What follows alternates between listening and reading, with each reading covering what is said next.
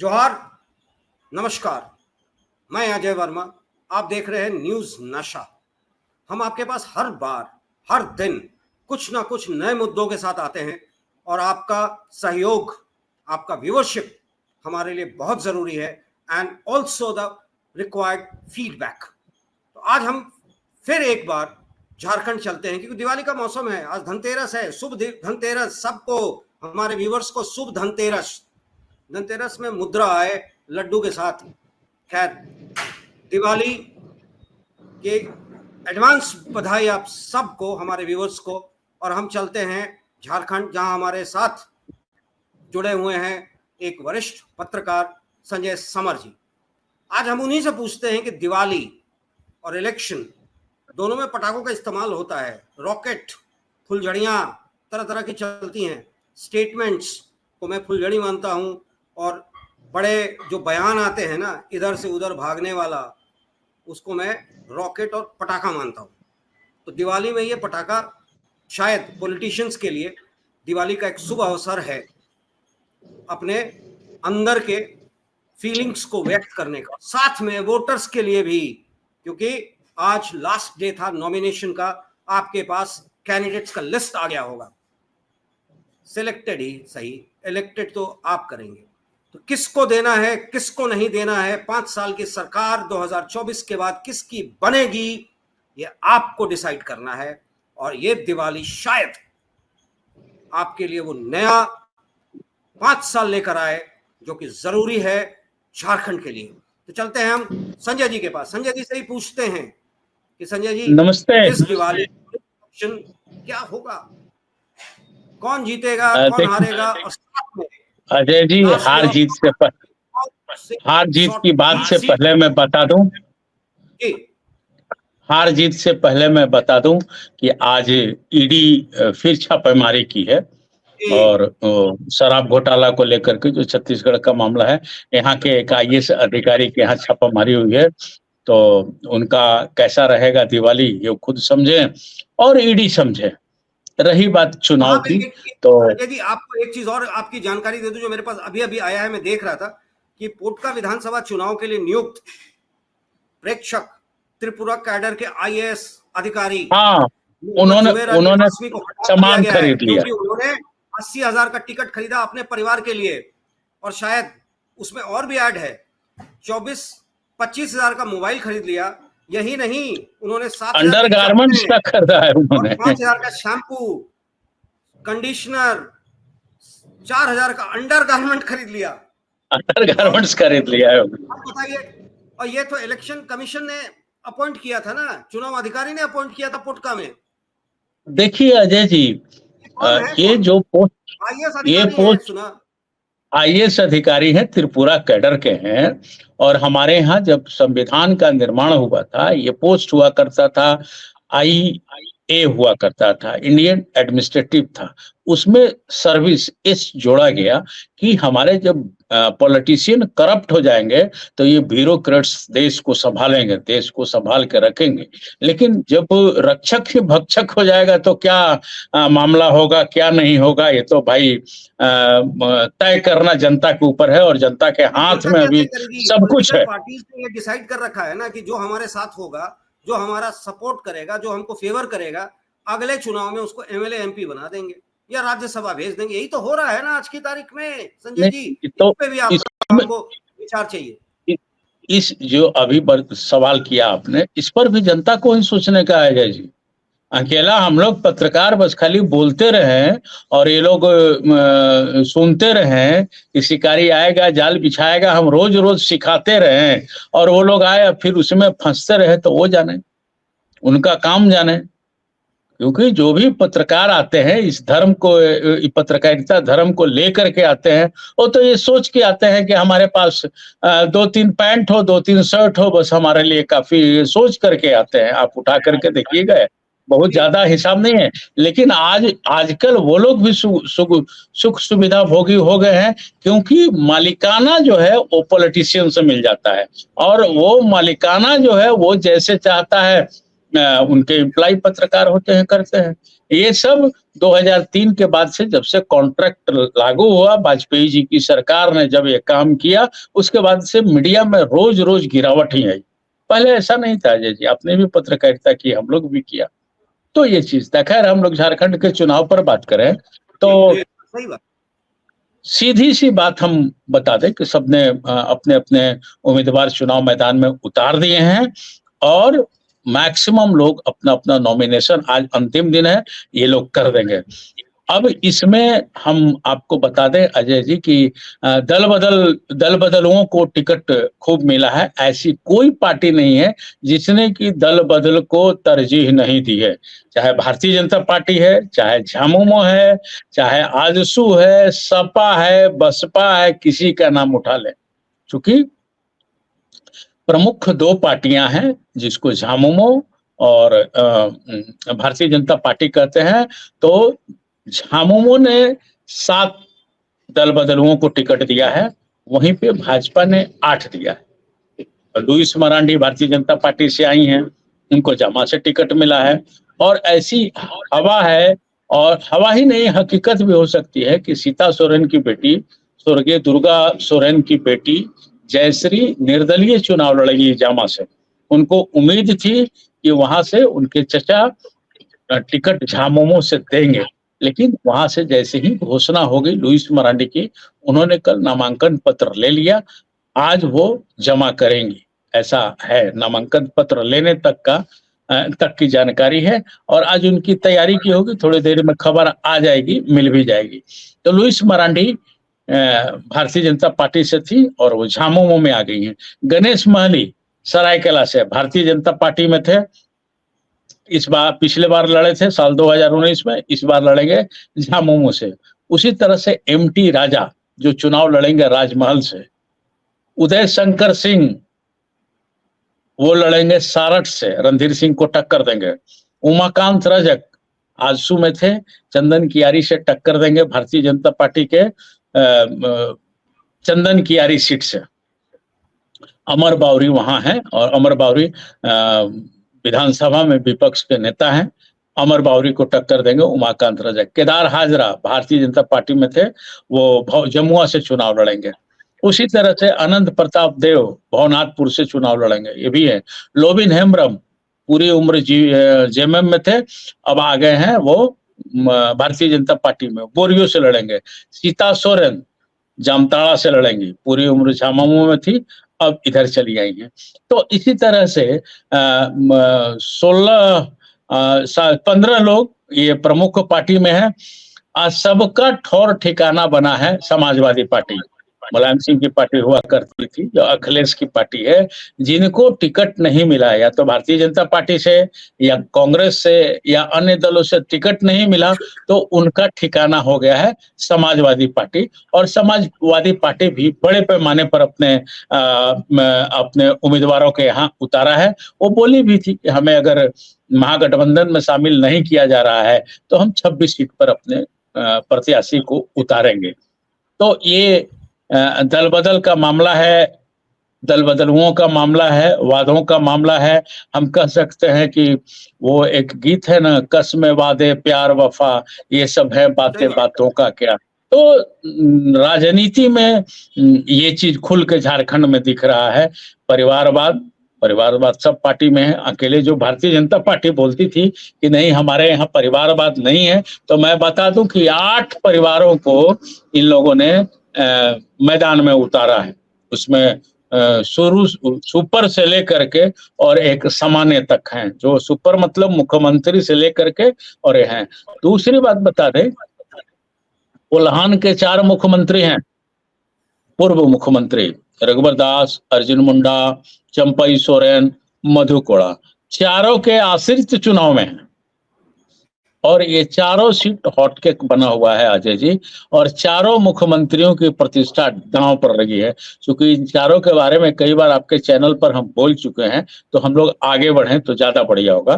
तो ये 4 कोल्हान की 14 सीट है, 14 में 4 पर 4 मुख्यमंत्रियों का प्रतिष्ठा फंसा हुआ है कि इस तरह से हम लोग निकाल पाए।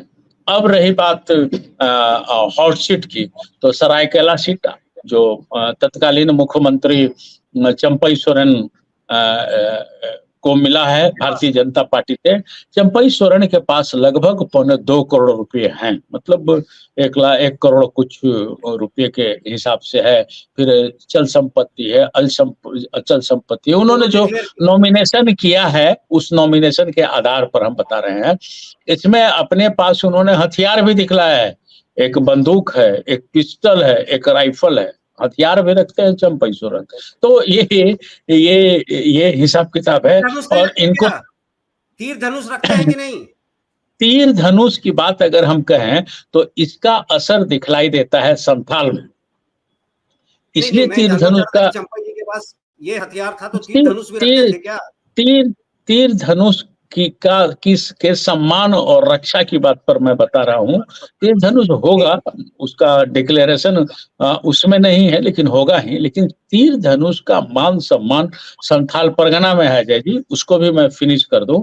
वहां ये लोग मानता है कि चाहे सिद्धू कानू हो या भगवान बिरसा मुंडा हो, ये लोग हमेशा तीर लेकर के निकले और अंग्रेजों को खदेड़ करके मारा, पिटाई किया।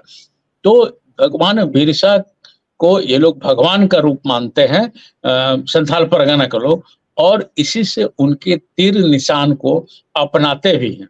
और ये तीर निशान झामुमो का है, इसी से उस झामुमो को वो लोग पकड़ करके भी चलता है। उनको लगता है कि बिरसा मुंडा का दिया हुआ जो प्रसाद है वो झामुमो के पास ही है। इसी से आप देखेंगे कि हमेशा शायद इसीलिए संजय जी, मुझे लगता है चंपई सोरेन जी ने जब डिक्लेयर किया, बंदूक राइफल डिक्लेयर किया, तो तीर धनुष डिक्लेयर नहीं किया होगा कि शायद वो उनके खिलाफ चला जाए। आप बोले अब तीर धनुष का लाइसेंस का जरूरत नहीं होता है, और उस संपत्ति में कहीं टांगी हथौड़ी तीर भाला इसका जिक्र नहीं होता है, इसी से नहीं किया होगा। अगर ऐसा चुनाव आयोग बनाए होता कि हाँ भाई हमको होना चाहिए, तो उसका डिक्लेरेशन होता। तीर धनुष तो हम लोग भी शौक से रखते हैं कि भाई झारखंडी हैं तो घर में तीर धनुष होना चाहिए। तो ये चीजें हैं। तो तलवार भी रखता है आदमी, तलवार भी है। वो तो हिंदू जो सांस्कृतिक परंपरा हम लोग के यहाँ जो चली आई है, उस हिसाब से इन हथियारों को रखना अनिवार्य माना गया है, जैसा पूर्वजों ने बताया है। बलि प्रथा भी है। राजनीति पे आ जाए। हाँ, तो बलि प्रथा के कारण तलवार भी हर लोग रखता है घर में, और यहाँ तो तलवार बांटने की परंपरा भी है। तो सरायकेला से इनके सामने खड़े रहेंगे इनके पुराने प्रतिद्वंदी नए क्लेवर में, मतलब वो जेएमएम से और ये भारतीय जनता पार्टी से। तो एक हॉट सीट ये बना हुआ है। दूसरा हॉट सीट अगर हम देख ले तो गांडे है। गांडे जहां से मुख्यमंत्री हेमंत सोरेन की पत्नी कल्पना सोरेन लड़ रही हैं, वहां से इनको टक्कर देंगी मुनिया देवी। मुनिया देवी भारतीय जनता पार्टी की टिकट पर चुनाव लड़ रही हैं। कल्पना सोरेन के बारे में बहुत ज्यादा बताने की जरूरत नहीं है जी, क्योंकि सब कुछ जान गया है। हाँ, हेमंत सोरेन के जेल जाने से झामुमो को एक मुनाफा हुआ है कि एक अच्छी महिला वक्ता उनको मिल गई है, जो भीड़ जुटाने में सफल हो रही है और पार्टी के दिशा निर्देश नियम कानून सब को अच्छे ढंग से जनता के बीच में परोस दे रही है। बिल्कुल उस तरह से जिस तरह से वाजपेयी जी किसी जमाने में भाषण दिया करते थे जय जी, उनके पढ़ी लिखी हैं और उनके भाषण में दम भी होता है। बाकी चीजों को हटा दिया जाए कौन कहाँ है, लेकिन जिसकी जो अच्छाई है उसको भी बताना चाहिए। तो कल्पना सोरेन की बात विशेष जुड़ करके होती है और सब्जेक्ट पर होती है। कई इरफान अंसारी वाले मामला को ही अगर उठा लिया जाए तो उन्होंने अच्छे ढंग से परोसा। बात सही भी है कि एक बार उन्होंने जो कहना था कहा कि सीता सोरेन क्या है क्या नहीं है, नाम लिया कि नहीं लिया, हालांकि वो बार बार इनकार कर रहे हैं, लेकिन बाकी लोगों ने कई लाख बार बोला, तो क्या वो गलत बात नहीं है? वो गंदी बात नहीं है, एकदम बिल्कुल है। तो इस्तेमाल गलत था। हाँ, वो अलग का पार्ट है, लेकिन उसके बाद जिन लोगों ने, उसने तो एक बार कहा, लेकिन उसके बाद जिन लोगों ने बार बार दोहराया, वो कितनी बार दोहराया, उसके बाद उसका कितना छिछल इधर हुआ, उसको भी चेक करने का जरूरत है कि हाँ भाई बोला तो उसको क्यों हम लोग बार बार उसको दोहराए, वो अच्छा चीज नहीं है। हालांकि वो इनफार अंसारी बार बार कहते हैं कि हमने नहीं बोला, और उन्होंने कहा कि अपना माफी मांगकर अपना बड़कपन भी उन्होंने दिखला लिया, उसमें भी कोई बड़ी बात नहीं है।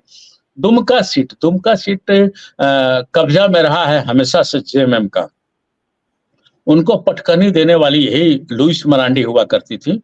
इस बार वहां के विधायक हैं शिबू सोरेन के बेटे वसंत सोरेन, जो राज्य के मंत्री भी रहे हैं, हेमंत सोरेन के भाई भी हैं, ये वो हैं, और उनको टक्कर देंगे। वहीं से सांसद बने थे सुनील सोरेन दुमका से विधानसभा लड़े हैं। उनको उपहार स्वरूप, प्राइज स्वरूप, या उनके संयम की परीक्षा लेने के बाद पार्टी ने उनको उस टिकट को दिया है, क्योंकि सीता सोरेन वहां से चुनाव लड़ी थी, और इनकी नाम की घोषणा होने के बाद इनका नाम को वापस पार्टी ने ले लिया था, और ये चुपचाप शांत होकर के बैठ गए थे। इसी से इनको वो प्रश्रय मिला है। बड़का गांव सीट से भारतीय जनता पार्टी के सहयोग में आजसू है, वो उसके रोशन लाल लड़ रहे हैं। रोशन लाल का टक्कर अंबा प्रसाद से है। अंबा प्रसाद के यहाँ हाल में ईडी का रेड भी हुआ था, और अंबा प्रसाद जोगेंद्र साहू की बेटी है, निर्मला साहू की बेटी है। जोगेंद्र जी और निर्मला जी भी इस सीट से अपना उपस्थिति दर्ज चुके हैं। जनता ने इनको जिता के भेजा भी है। अंबा प्रसाद के हाल में ईडी का रेड भी हुआ था। ये है।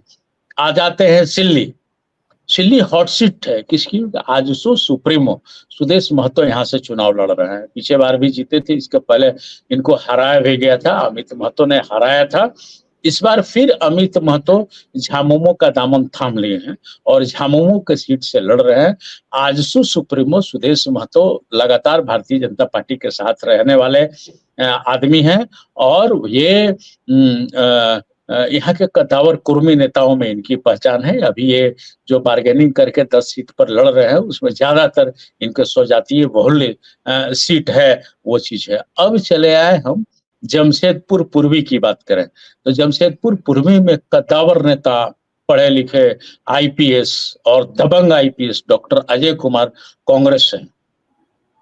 डॉक्टर अजय कुमार झारखंड विकास मोर्चा के सीट से वहां लोकसभा चुनाव लड़े थे और जीते भी थे। डॉक्टर अजय कुमार आईपीएस थे, और अपने जमाने में जब टाटा में उनकी पोस्टिंग थी, जमशेदपुर में पोस्टिंग थी, तो कहा जाता है, नहीं देखा भी जाता था कि उस इलाके के तमाम रंगबाज गुंडा वो लोग पलायन कर गए थे। मतलब कि जमशेदपुर में था कि उनको टाटा में फिर से नौकरी मिली गई थी जब उन्होंने हाँ, तो अमन चैन, जमशेदपुर में अमन चैन बहाल करने वाले डॉक्टर अजय कुमार हैं। इनका टक्कर है टाटा के कॉर्पोरेट भी उन्होंने होल्ड किया था। हाँ, बिल्कुल सही। नौकरी छोड़ने के बाद, आईपीएस की नौकरी को छोड़ने के बाद वो टाटा को ही ज्वाइन किए थे। एमएलए एमपी मिलते हैं, उसी तरह से टाटा ने शायद उनको नौकरी दी होगी। खैर, अब जैसे हो, मैंने अमन चैन बहाल किए, ये उनका मैंने पार्ट है, उनके लाइफ का पार्ट है। उन्होंने पुलिस धर्म का जो आईपीएस होता है उसका पालन उन्होंने किया। इनको टक्कर दे रही हैं भारतीय जनता पार्टी से पूर्णिमा साहू दास तत्कालीन मुख्यमंत्री रघुवर दास की बहू है, और राजनीति में पहली दफा आई हैं। अभी 3-4 साल पहले उनकी शादी हुई है। रहने वाले ये लोग छत्तीसगढ़ का है मायके, और ससुराल जो है उनका झारखंड हो गया। ऐसे रघुवर दास भी छत्तीसगढ़ के ही रहने वाले हैं। तो ये भी पढ़ी लिखी है, इनकी भी डिग्री है, लेकिन चुनाव में ये पहली बार किस्मत आजमा रही हैं। ये जमशेदपुर पूर्वी की बात होगी। अब चले आए, अगर पश्चिम में चले आए, तो भारतीय जनता पार्टी के चाणक्य कहे जाने वाले सरजू राय आजकल जदयू ज्वाइन कर ली। पार्टी के नहीं है। भारतीय जनता पार्टी के चाणक्य शब्द का इस्तेमाल शायद मैं यहाँ डिफर करता हूँ। वो बिहार में हुआ करते थे और गंगा सोन के हुआ करते थे, लालू जी के बहुत करीबी हुआ करते थे एक समय पे। बाद में वो बीजेपी के साथ रहे। खैर, आप भारतीय ये 1977 के आंदोलन की उपज है अजय जी, और एकीकृत बिहार में 2004 तक ये विधान परिषद रहे। विधान परिषद के सदस्य रहे। विधान परिषद की सदस्यता इनकी समाप्त तो हुई, उसके पहले ये झारखंड आ गए और झारखंड आकर के जमशेदपुर पश्चिम से इन्होंने टिकट लिया। विधानसभा अध्यक्ष होते थे मृगेंद्र प्रताप सिंह, उनके टिकट को काट करके सरजू राय को टिकट दिया गया और इन्होंने अपना पहला पताखा जमशेदपुर पश्चिम से ही लहराया था। फिर दूसरा पताखा भी इन्होंने लहराया। तीसरी बात इन्होंने रहने वाले शायद बक्सर के हैं, if I am not wrong. Bihar Buxar के ही हैं, आपने सही कहा। लेकिन तीसरी बार इनको बन्ना गुप्ता हरा दिए थे, हार गए थे। उसके बाद फिर ये जीते थे। साल 2019 में ये रघुवर दास के खिलाफ लड़े थे और रघुवर दास को हरा दिए थे, क्योंकि कहा जाता है कि रघुवर दास ने इनका टिकट कटवा दिया था। तो सरजू राय का टक्कर है बन्ना गुप्ता से। बन्ना गुप्ता इसके पहले वहां से एक बार जीत चुके हैं, दूसरी बार जीते हैं। पहली दफा भी जीते थे तो मंत्री बने थे, कृषि मंत्री बने थे, और इस बार का पूरा टेन्योर 5 साल वो स्वास्थ्य मंत्री रहे हैं। बन्ना गुप्ता के साथ इनका अदावत है। एक और बात बता दें अजय जी कि उस जमशेदपुर पश्चिम से हम लोग की बिरादरी की एक लड़ रही है महिला एन्नी, काफी ईमानदार पत्रकार रही है। और हाँ, फिर पत्रकार बिरादरी से एक वो लड़ रही हैं और निर्दलीय लड़ रही है। उन्होंने सीधे साफ तौर पर कहा है कि अब हम लोगों की जरूरत राजनीति में भी आने की है। हालांकि इसके पहले भी कई अपने मित्र राजनीति में आए हैं, चाहे शुक्ला जी का नाम ले लीजिए, अकबर जी का नाम ले लीजिए, दर्जनों मित्र जो है पत्रकारिता में आए हुए हैं, पत्रकारिता से राजनीति में गए हुए हैं। तो एनी भी वो चुनाव लड़ रही है और जो सूचना है उसे हिसाब से कड़ा टक्कर दे रही है। हालांकि आर्थिक तो मजबूत पत्रकार होते नहीं हैं, लेकिन उनका जो है वो त्रिकोणीय तो जरूर बना रही हैं। एनी अमृता उनका पूरा नाम है, एनी अमृता। तो वो जमशेदपुर पश्चिम से वहां है। अगर हम उसमें थोड़ा सा उधर अगर बढ़ जाते हैं तो पुटका है, जहां मीरा मुंडा लड़ाई लड़ रही हैं। और थोड़ा ऊपर बढ़े कोल्हान के तरफ तो जगन्नाथपुर से मधु कोड़ा की पत्नी चुनाव लड़ रही हैं, गीता कोड़ा। गीता कोड़ा जो चाईबासा से कांग्रेस से सांसद हुआ करती थी, इस बार लोकसभा चुनाव से ठीक पहले भारतीय जनता पार्टी ज्वाइन की है। तो ये भी हॉट सीट बना हुआ है। अब थोड़ा और इधर चले आए हम घाटशिला के पास, तो चंपई सोरेन के पुत्र चुनाव लड़ रहे हैं, बाबूलाल सोरेन। ये भी हॉट सीट बना हुआ है, क्योंकि वहां से रामदास सोरेन वहां से चुनाव लड़ रहे हैं।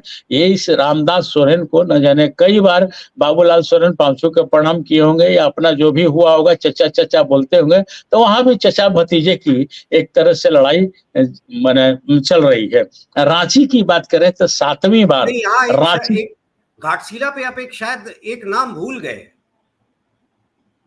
घाटशिला से सूर्य सिंह बेसरा भी लड़ रहे हैं।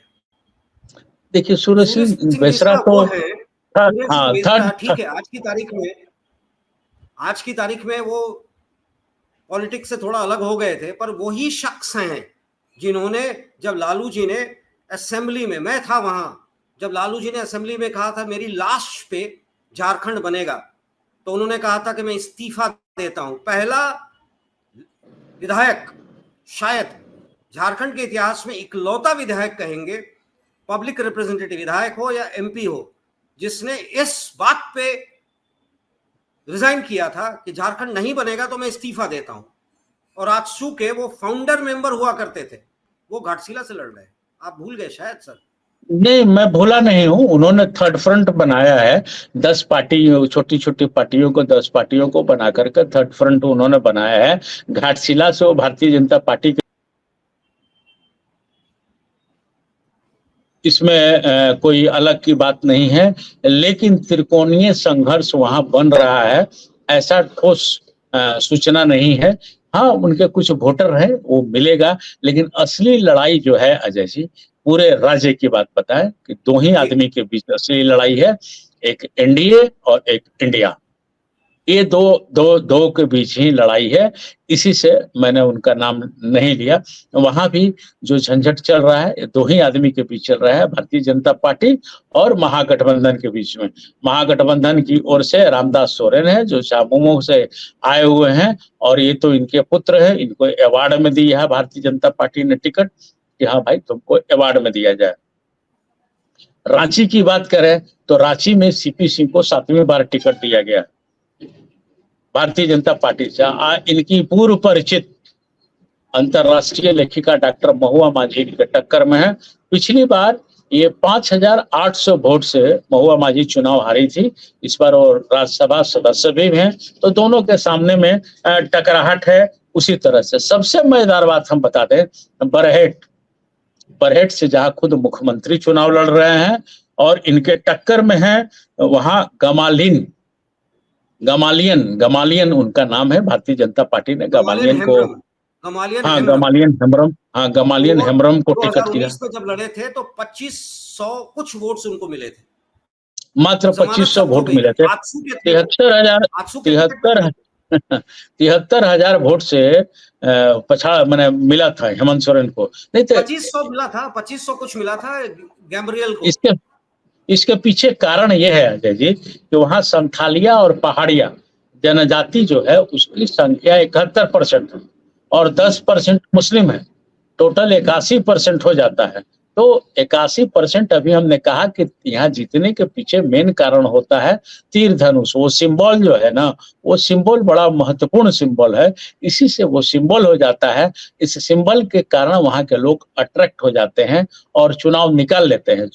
दुमका चुनाव में भी नलिन सोरेन का जीतने का मेन कारण ही रहा है और ज्यादा बार झामुमो ही दुमका से जीती है। गुरुजी का वो कर्म क्षेत्र रहा है, भले ही गुरुजी गोला के पास अपने गांव में जन्म लिए या उनका जो भी गांव रहा, लेकिन कर्म क्षेत्र उनका दुमका ही रहा और दुमका के पूरे वो 18 सीट पर उनकी पकड़ मजबूत रहती है। और आप हमसे जुड़े रहने के लिए सब्सक्राइब करें YouTube पर, फॉलो करें Twitter पर और लाइक करें Facebook पर। और ज्यादा जानकारी के लिए आपको टाइप करना होगा सिर्फ न्यूज़ नशा।